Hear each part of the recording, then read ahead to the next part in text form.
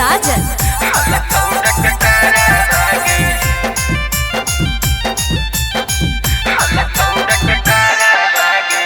दिलवा में छेद हौ कहर लियो एक सारा बागे। दिलवा में छेद हौ कहर लियो एक सारा बागे। दिलवा निकाले ले को हलकौ डकटारा बागे। दिलवा निकाले ले को हलकौ डकटारा बागे। यैलो रिपोर्ट जानू बुरा हौ खबर बागे। यैलो रिपोर्ट सोना बुरा हौ खबर बागे। दिलबे निकाले ले को हलकौ डकटारा बागे। दिलबे निकाले ले को हलकौ डकटारा बागे। दिलबे निकाले ले को दिलबे निकाले ले को। म्यूजिक बाय संजीव साजन। कुछो ठीक नहीं होगे जानू हमारो हालतिया के पता न चलो कहाँ लेके अइलो की समतिया।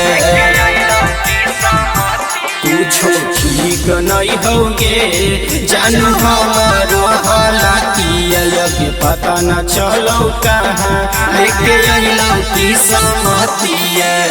घर परिवार में बनल कोई डरा बागे।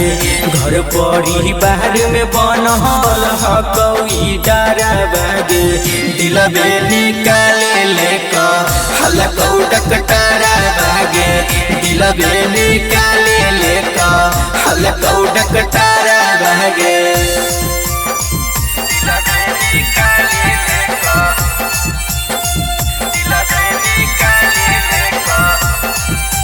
Music by Sanjeev Sajan.